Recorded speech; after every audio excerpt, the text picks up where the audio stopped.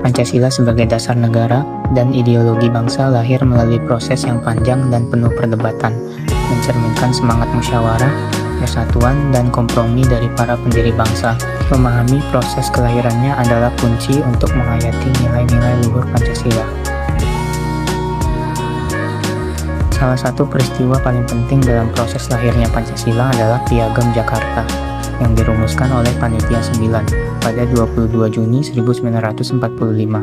Piagam ini merupakan rancangan pembukaan hukum dasar UUD dan menjadi cikal bakal pembukaan UUD 1945. Piagam Jakarta memuat rumusan Pancasila dengan sila pertama yang berbunyi, ketuhanan, dengan kewajiban menjalankan syariat Islam bagi pemeluk-pemeluknya.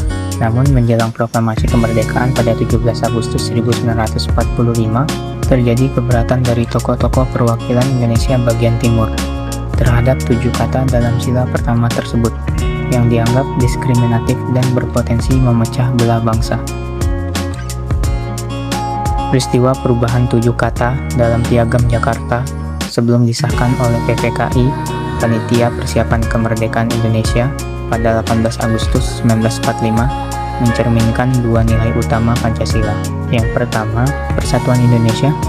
Sila ke-3, para pendiri bangsa, termasuk tokoh-tokoh Islam, menunjukkan jiwa besar dan semangat pengorbanan demi menjaga keutuhan bangsa yang baru merdeka. Mereka sepakat menghapus 7 kata tersebut dan menggantinya menjadi ketuhanan yang Maha Esa, sebagaimana rumusan final Pancasila, agar seluruh rakyat Indonesia, tanpa memandang suku, agama, dan latar belakang, merasa terwakili dan bersatu. Yang kedua, kerakyatan yang dipimpin oleh hikmat kebijaksanaan dalam permusyawaratan perwakilan. Sila ke-4. Keputusan penting ini diambil melalui musyawarah, mufakat, dan kompromi politik dalam waktu yang sangat singkat. Hal ini menunjukkan bahwa kepentingan bersama dan persatuan diletakkan di atas kepentingan golongan atau kelompok agama tertentu.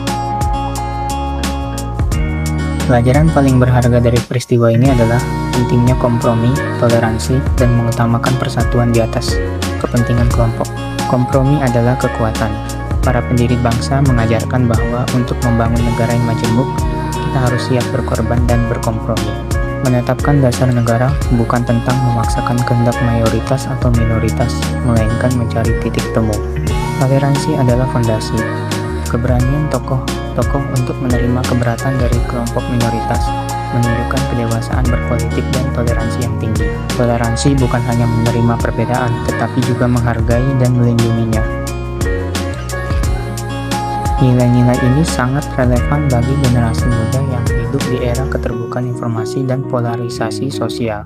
Menghadapi perbedaan di media sosial, generasi muda saat ini sering berhadapan dengan perbedaan pendapat, sara, dan isu sensitif di dunia maya. Pelajaran dari Piagam Jakarta mengajarkan kita untuk selalu bersikap toleran, menjaga lisan atau ketikan, dan menghindari ujaran kebencian yang dapat memecah belah persatuan bangsa. Sila ke-3, membangun demokrasi yang sehat.